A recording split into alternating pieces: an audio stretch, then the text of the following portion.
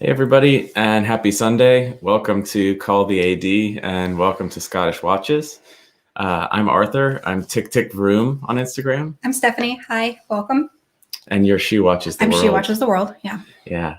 This is Call the AD is the weekly show where we go deeper into one topic a week and have a good discussion live with you all in the chat as well.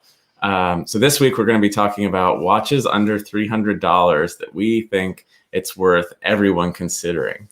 Yeah, not just like your budget is only $300. That's it of what you can build out your collection with. But whether your budget is only $300 or it's $300,000, these are watches that everyone should think about having in their collection. So yeah, so that's going to be the topic today. We've got a couple different categories of those we'll walk through. But first, as a reminder, please, if you're enjoying this video, like it, subscribe to the channel, and hit the bell icon so you know when we go live in the future.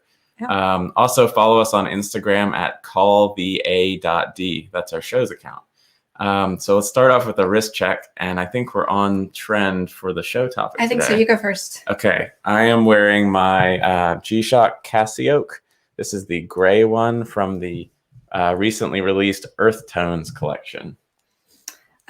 Which I like, and I have actually stolen that one a couple of times. That's like the only watch you've ever let me shared.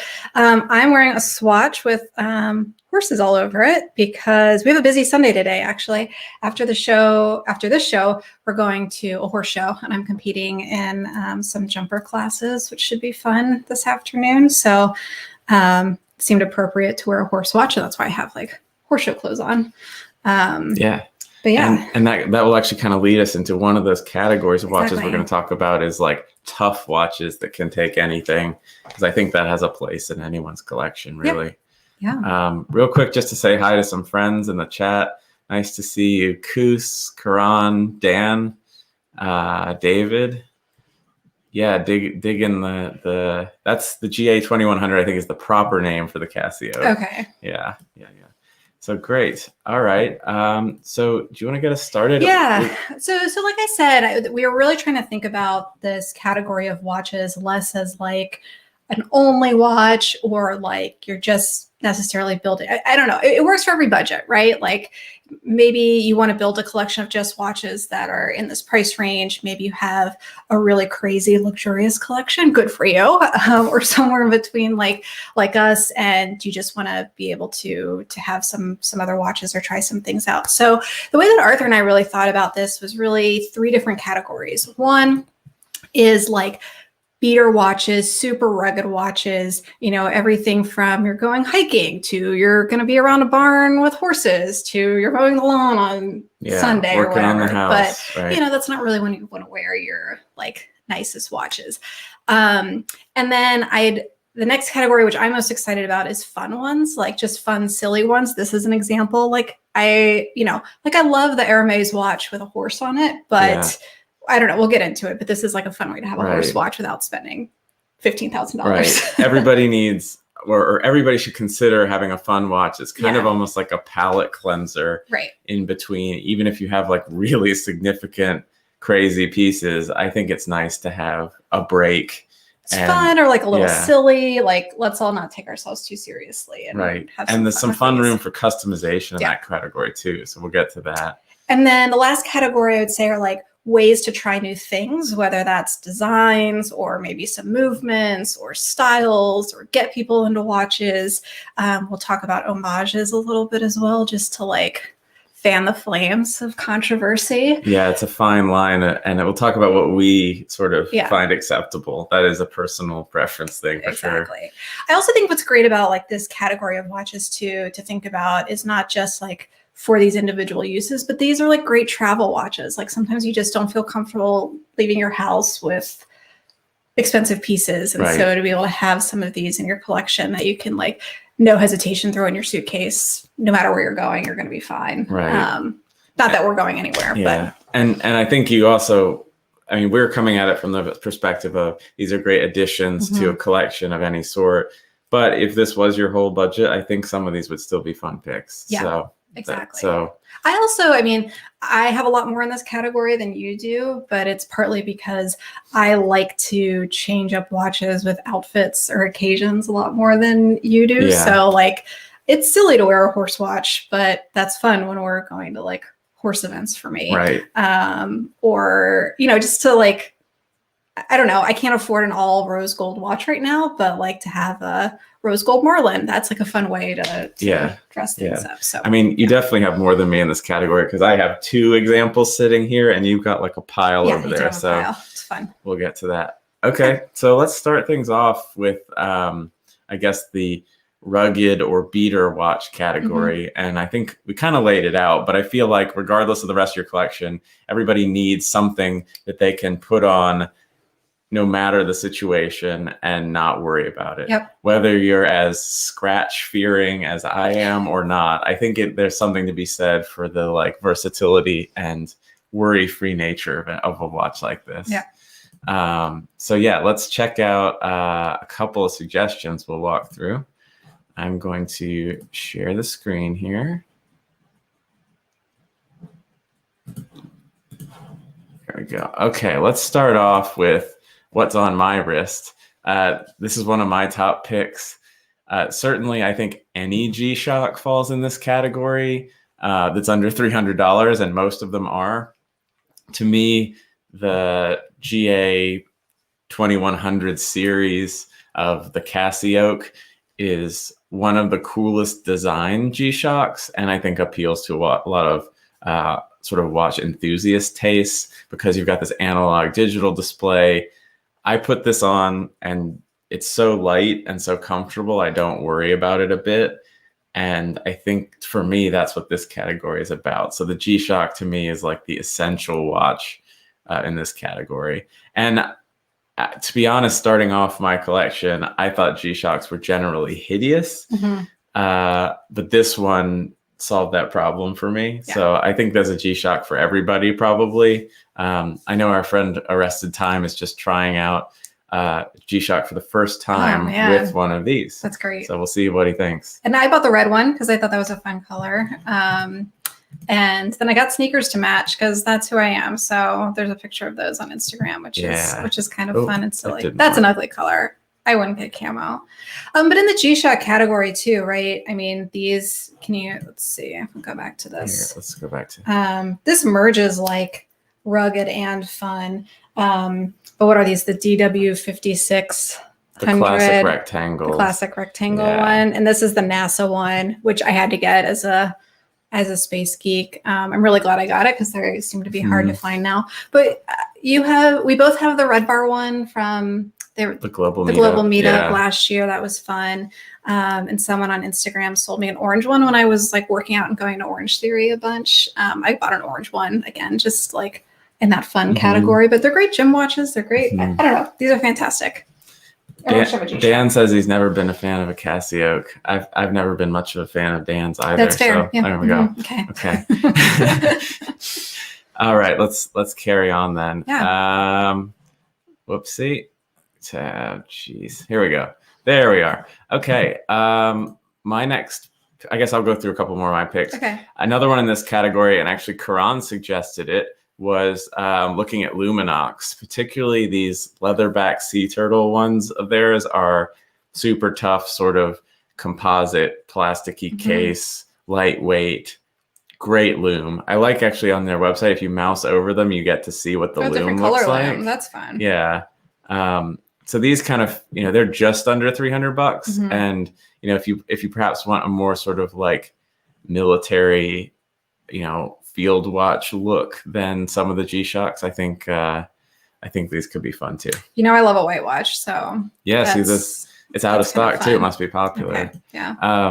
I like Mike's comment here. He's poking the bear for Dan. He says, "Don't most pre-owned Breitlings fall into this category?" I'll just leave that one there. And for my picks, last but certainly not least, how could you have this conversation without talking about the Seiko sports watches in this category? I would have been talking about this SKX 007 and 013, but they were discontinued So the Seiko 5 sports line kind of fills that spot now. Whether you want sort of like all-around or bezel-less that they've got going on here, or I guess kind of the successor to the SKX line are these divers. This is just the sort of sports style collection. They have one called Street. They have one called Dress, I think. So they're all different takes on these. So more than ever, there is a million colors and options to try to suit different preferences. So I think that's cool. And they come in just under $300. So, you know, love them or hate them. I think there's something in here for everybody, or at least, as we said in the title of the show, worth considering. This also like goes in the category of like ones to try out a style or to try out if you like a watch at all or not, right? Like a good gift for someone who you think might want to get into watches. It kind of fits in that category as well. Okay, so let me just close these out and we'll go into your picks. Want to start us off? Okay, bear with me here. I think this is just like this is a little bit more in the category of fun watch, but I don't think people give Mundane enough credit. I think they're like really fun, unique designs. And you know, you can just wear this thing anywhere. I picked this one just because I think the houndstooth strap is like absurd and ridiculous, but you know, I would never worry about wearing something like this. It's dressy enough, but also like I wouldn't hesitate to be at the barn with this watch, or like I don't know. It crosses over between these categories, really, right? Right, exactly. And then next up here, can you go just to the screen for a second? Is I would say the Timex Weekender. This is one I have, which is out of battery now, of course, but like this watch is just great. It's super comfy. I love the NATO strap. There's a bunch of weekenders with, you know, you can have fun with the colors and stuff too. But, you know, I can wear this with like jeans and a nice top to work, and that's fine. Or like around the yard or hiking or whatever. This thing is great. And like, you know, I'm a sucker for Indiglow. Like it works and it's really nice and kind of fun and convenient to have. So I think everyone should have a weekender of some sort in their collection. I do. And it was one of the sort of like early watches I got getting back into the idea of wearing a watch at all, like more than 10 years ago now, but I still have that as well. And you're going to see a theme with me. I love Timex. I think Timex is great. I probably have too many of them, but I think there's a Timex in each of these categories that works. Yeah, it goes totally 100%. But Weekender is the one I would put in the like rugged category. Wrist Ross has a good point for this category. Some of the marathon watches would definitely be good options as well. For sure. And then the last one I put in this category, I'm not saying I'm a fan, but consider it, is the Apple Watch, right? Like you can get an Apple 3 watch, whatever, for $200. You and I don't have one of these, but like they're out there. I feel like you gotta mention it. You know, I didn't even notice they were still selling the older series. $200. $200, yeah. Okay. Which at that price point, maybe, you know, it becomes worth like, okay, it's not something you're gonna wear every day. I'm not one for the two double wristing thing with an Apple Watch and a regular watch, but if like I worked out more, maybe that would be like a fun thing to have on, or I don't know, just when you didn't want to wear nice watches, I think Apple Watch is something that should be considered. Fair enough. Jeremy Rice has brought up another good suggestion. There's a lot of Vostok divers in this kind of price range too. That's true. I think would be good to sort of consider alongside if you're going the sort of like Seiko sports route or the marathon, or as Dan says, some of the Citizens as well. So there's certainly a lot in here. We're just touching on some of our favorites, I think. Okay, cool. So that kind of brings us to the next category. And we kind of already spoiled it there, but we're going to move into what we call the fun watches. So for me, it's about having something lighthearted in what can, as Watch Medicine said the other week, my collection looks like it's ready for a funeral at all times, except for watches in this category. So I think they serve as sort of a palate cleanser when you feel like you rotated through a lot of your like heavy hitting pieces or whatever. It's time for a little fun. So I guess to start things off, to me, the one like logical fun watch for people who are like into the hobby and collecting is the Swatch System 51. So these are just under $200. Yeah. And I think most people watching are probably familiar, but it's a Swatch mechanical movement, in-house mechanical with a single screw holding it together. And I believe it's called System 51 because I think there's 51 major parts to it. Make it spin and show the back. Yeah. So the cool thing is the winding rotor is actually this ring around the outside, and it has a clear sheet across the middle to the bearing where it's mounted, and it's unevenly weighted. So when you spin it, there you go. Just the outer ring spins. Yeah. It's kind of like the rotor version of Cartier, like mystery hands. It's at like less than $200. Yeah. So this is the Hodinkee second one they did with System 51, I think, or with Swatch. Which they released right after I went on the podcast. I bought that for me, and then you stole it. And you've never given it back. I've worn it like twice. You can take it anytime. Here you go. Okay, no, that's fine. I have my own System 51. I got a white one when I was like very much into the white watch. Well, I still am into white watches, but I tend to wear the white one, and you have that one. But that's like a, in the category of fun movement, right? Of like a place you can have fun with a movement at such a reasonable price point, I think is pretty neat. And they've evolved to have so many different designs now. I would say they've gone to make some of these more serious looking, right? Like that looks like a sort of versatile everyday versatile thing. Yeah. But to me, it's more like the out there designs that they started with are the fun parts. Let's see. Yeah, see, these are all like attempting to look kind of serious. But to me, here we go. We're getting into some more creative designs as we go here. Yeah. I guess they've taken away some of the fun ones. But anyway, I would go for the cheaper, lighthearted models. Yeah. Let's see. Dan's asking, let's see, do I wear my System 51 much? That's the thing about this category. As for me, I don't wear the fun watches as much, but I'm glad they're there when I want them. I wear them all the time. Okay, so that's clearly very different person to person. Well, like in the first category, I would say I wear my NASA G-Shock at least once a week, or sometimes like in the afternoons, evenings, I wear that. And I wear a fun watch at least once a week. That's true. That's just true. So Everest Time says when Arthur agrees to sharing his watch, he doesn't love the watch. Yeah.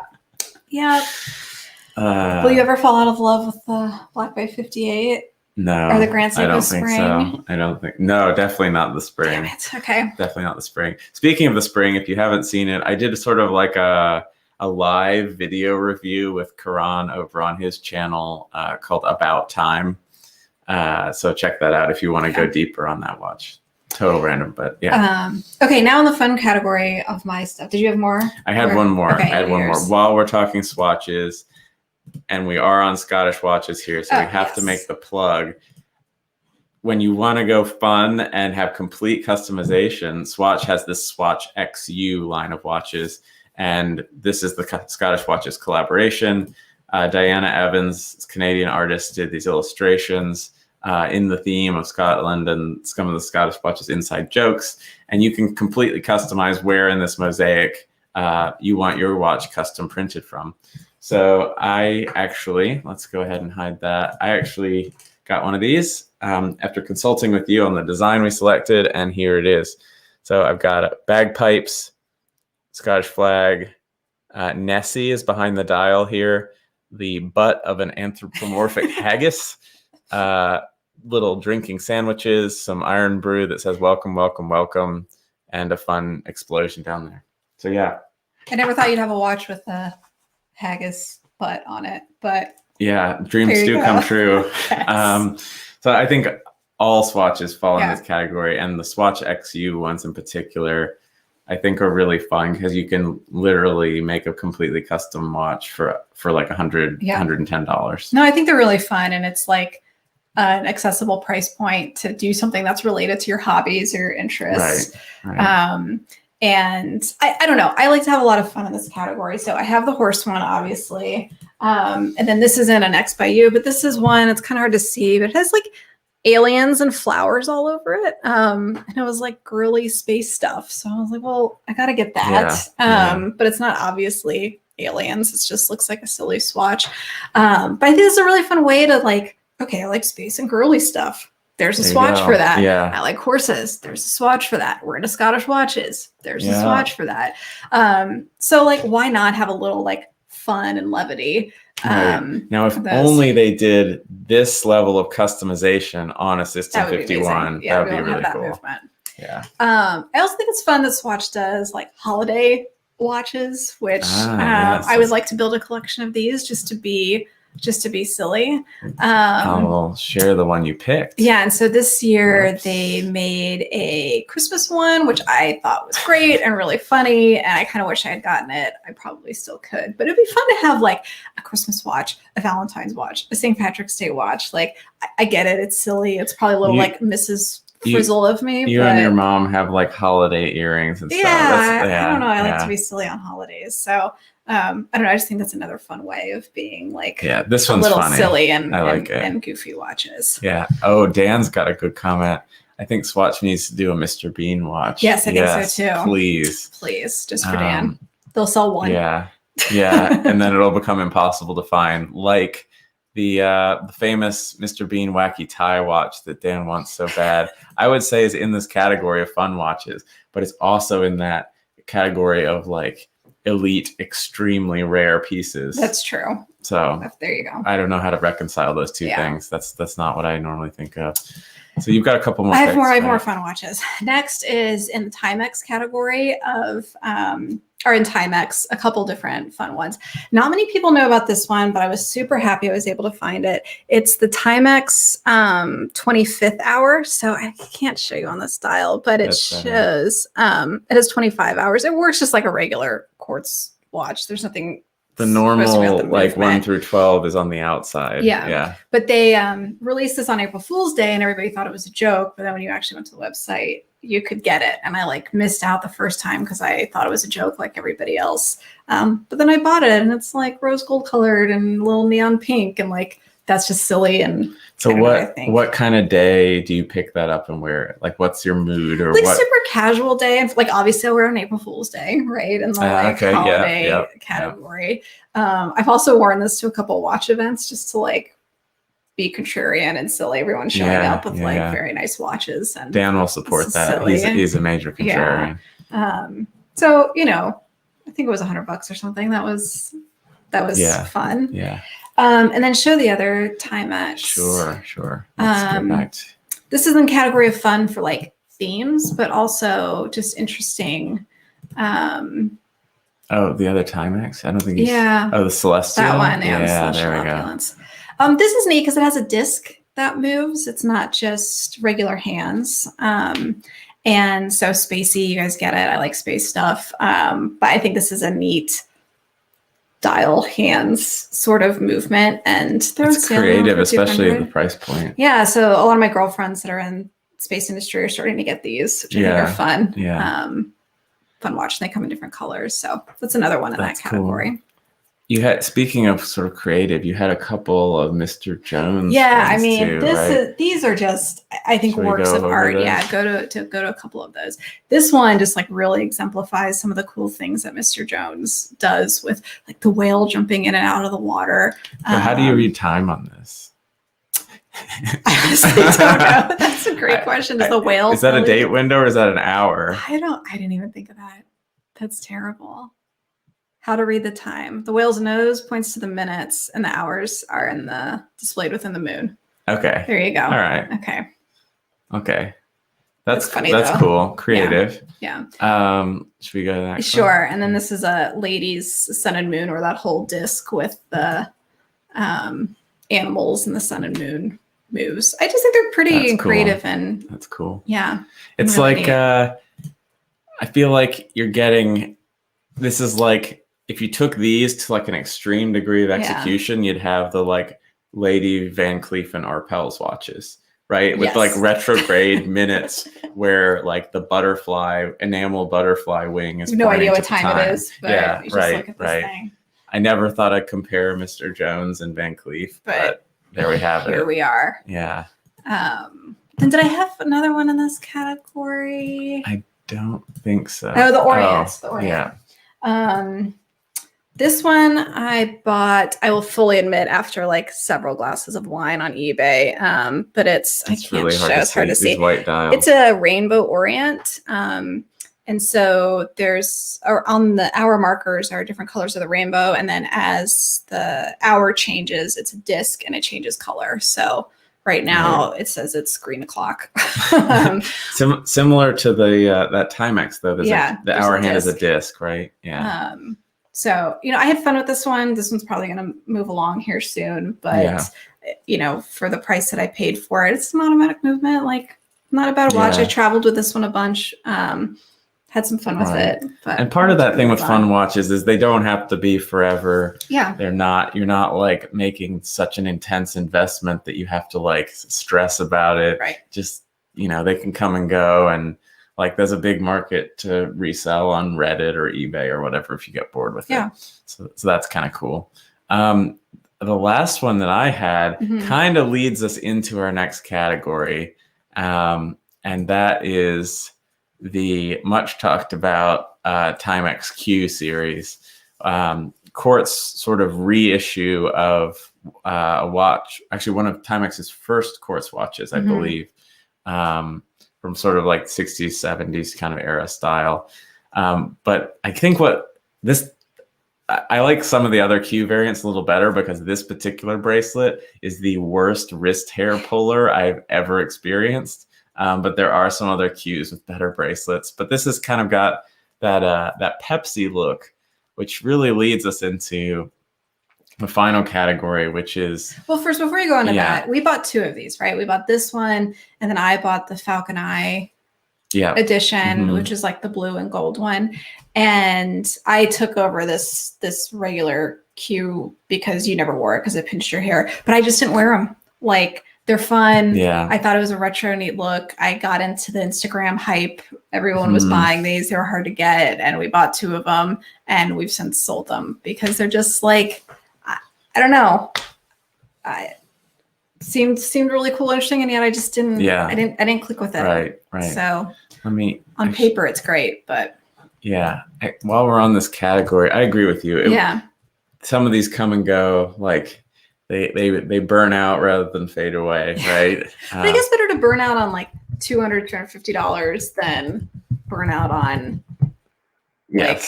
absolutely a $15,000 watch. Yeah, right. Someone's asking, let's see, Wrist Ross says thoughts on the fun Electricians Cable Z. I just pulled it up. I actually haven't seen this before. Looks like just over $300. Oh my God. Okay, close the pop-ups. That's kind of cool. Yeah. That's neat. I don't know much about this, but at first glance, it looks fun. Exactly. It's like, looks like exposed. Oh my God, this website's obnoxious. Okay. Looks like some exposed like quartz oscillator stuff, and that's kind of cool. I like how it doesn't say Swiss made. It says Swiss know-how. It does? Where's that? Scroll down. Does it say on the watch? That would be great. That would be funny. Let's see. Driven by Swiss know-how. Yes, awesome. I want that on a dial, please. Yeah. That's where we're going next. Mark Wheeler says the Timex Q is the most resold watch in 2020. Probably. Actually just sold ours on eBay and I'm about to ship it out. So there you go. High Qs. That's the only Pepsi I'm ever flipping. Yeah. Okay. Okay, so let's move on to the final category is using relatively lesser expensive watches as a way to try out a design before maybe buying a more expensive version of that, or it could be a way to get someone into the hobby. So were you not convinced on the Pepsi that you really wanted a Rolex Pepsi, but now that you've had the Q, you've tried it out? I did not use that in that way. Although I was like, do I like red and blue every day on my wrist? Yeah, okay, yes. I do. But so this is a tricky category because some people do this and you get into the category of almost homage watches, right? You're starting to talk about the imitation of another watch's design or features on a cheaper watch. And I guess there's probably a personal line that you can't cross, and that line may be different for different people. For me, I think I'm okay with it if it's a sort of a reference to a vintage or out of production design that otherwise would be like relatively unattainable at your budget. Like what? Like, so I'll give you some examples. I'm prepared. I'm prepared. I think I'm okay with that with most of what, let's bring this in, Dan Henry does, for example. Like going down to sort of the ones I would look at. Thanks, Amazon. The 1962 Racing Chronograph is kind of like a Universal Geneve chrono reference with a little Paul Newman thrown in there, which I think is kind of cool. And these are, I believe, under 300. And this one's a little pushing it perhaps, but they call the 1963 is like a Type 20 type design. I think those are kind of fun. And especially if you would never be in the market for sort of the actual vintage piece, I think you can have some fun with this. Okay. I like Dan Henry because I think it's not just like straight up copies, right? They're kind of taking their spin on vintage designs. But I don't think your logic totally follows because, like, yeah, neither you or I are ever going to be able to go out and afford a Paul Newman. But like, I also am not going to be able to afford I don't know, rose gold AP, right? Royal Oak. Like that's never going to be in my wheelhouse. But like, I'm not going to go buy an Homage. But that's in production. That. Okay. So that's my line, maybe. Okay. I'm trying to like bound it. Yeah, it's tricky. It is. It is tricky. I also hate Fotina. I just don't like it. So that's like where on some of these vintagey looking ones, like the gilt dial, that's a little bit different, but like straight up Fotina on hands drives me crazy. It depends on the context for me. Nope. I think I would buy an under $300 watch with it. I don't think I'd buy a $8,000 chrono with it, for example. Yeah. Another interesting one I wanted to mention in this category that I think is probably a little more controversial and on the borderline. This one was suggested by my friend, Mr. Seiko Michael, which is a company I wasn't aware of. They're called WMT. And they make essentially like fake patinaed like homages to mainly Rolex, some Blancpain. So like, and some of these are on sale. So for example, I'm just going to pick one. This is under $300. It has a Seiko mechanical movement in it. Personally, I'm never going to be able or be in the market for a Explorer dial sub. Yeah, sure. Okay. But it is very clear that they're going for a particular thing here. The Dan Henry is more sort of like inspired by.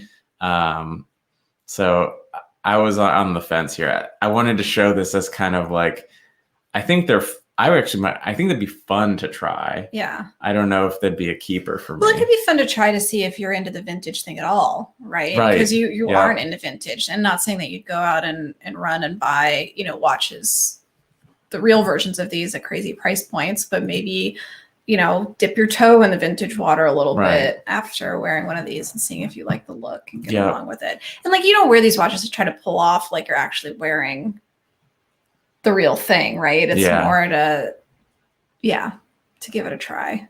Yeah. So they've got some interesting stuff here. I mean, like, I do think it's kind of cool that they're going as far as like imitating tropical dials and stuff like that. And this does kind of make you wonder, like, okay, if these guys can produce that kind of effect for, under $300 on sale, are all the vintage watches we're seeing totally legit in that regard? I also have just not gotten into like the whole, paying more for tropical dials or spider dials or, particularly well faded bezels. It just seems like you having a watch, it's a little bit of a little bit of a scam to me. It depends. That's a whole other show. I know. That's a whole other I know. show.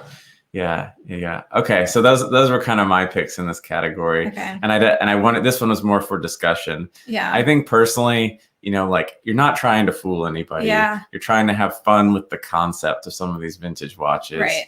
And clearly there's a difference, right? Like, nobody's going to be, you know, like, you're not trying to dupe anybody. Yeah. I think I'd have some fun with this perhaps. Okay. So anyway, shall we go on? Yes, but I'm going to show what I watched first. So I broke the rules a little bit, but this is my SKX 013. And I bought it originally when we were going on vacation somewhere. I didn't want to take one of my nice watches and wanted a watch I could swim with. But this actually turned out to be a great way for me to see if I like dive bezels and try a dive watch before making the investment in my Planet Ocean. And it turned out I wore this thing all the time. Yeah. And I really love having a timing bezel. Like, it's just a super, super useful feature. I didn't think, and it's like a little bit of a heavier watch too, which I hadn't had before. So to try out something that like has a little bit more mass, a little bit more heft to it. Do I like the diver style before jumping into that? Not trying to get one that looks exactly like this, but like, am I going to like a diver? Right. The answer was yes. And then I went and bought the Planet Ocean. And it was a general genre of watch to try, right? Yeah. That's a good But this still gets a ton of wrist time. Like, this is great. So at the time I was able to get this for under $300. I don't know if you still can anymore on eBay. You probably can, but I don't know. Right at the limit there. Stephen Pulverant wrote an article on how much he loved that one, and then they discontinued them. It's so great. You never know. That thing's, it's probably. And this one actually funny. I've mentioned on Instagram a few times, but the day window wasn't working for some reason. Like, and I wore it mostly on the weekends, but Saturday never aligned correctly. And our friend Rich, who's gotten into watchmaking, particularly like over COVID, swapped it out for me. And it turned out it was a misprint. It wasn't anything that was broken, but it was a misprinted. The day wheel was actually like the Saturday was printed in the wrong place. And it was Arabic and English, which I have no hope of Arabic. And now it's Spanish and English. So when it's like instead of the wrong day, I like the Arabic though. I thought the Arabic was cool. I should at least learn like the days of the week. Yeah, that would be fun to have. All right. So that's in my like try a style of watch category. Okay. My next one is do Movado. Okay. Guys, like, I forgot Movado existed, right? Like, when I was in middle school and high school, I like really wanted a Movado. That was like, you're fancy if you had a Movado.